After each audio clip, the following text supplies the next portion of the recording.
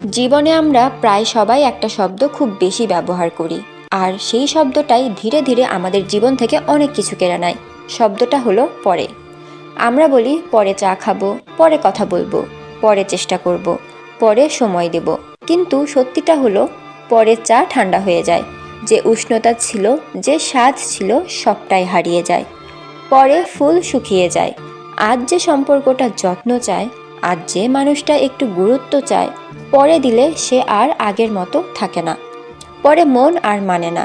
আজ যে মনটা কিছু বলতে চায়, ভালোবাসতে চায়, স্বপ্ন দেখতে চায়, পরে গেলে সেই ইচ্ছেটাই মরে যায়। পরে মৌসুম বদলে যায়, সব সুযোগ সারা জীবনের জন্য থাকে না। সময় চলে গেলে সুযোগ শুধু স্মৃতি হয়ে থাকে। আর সবচেয়ে কষ্টের কথা, পরে মানুষও বদলে যায়। আজ যে মানুষটা পাশে আছে, আজ যে মানুষটা অপেক্ষা করছে, তাকে বারবার পরে বলতে বলতে একদিন সে আর অপেক্ষা করে না। তাই মনে রেখো, জীবন কখনো পরের জন্য থেমে থাকে না। যেটা বলার আজই বলো, যেটা করার আজই করো, যাকে ভালোবাসো আজই বুঝিয়ে দাও। কারণ জীবন খুব ছোট, আর পরে শব্দটা খুব ভয়ঙ্কর। তাই যদি পারো, আজই নিজের জীবনটা বেছে নাও, পরে নয়, আজ।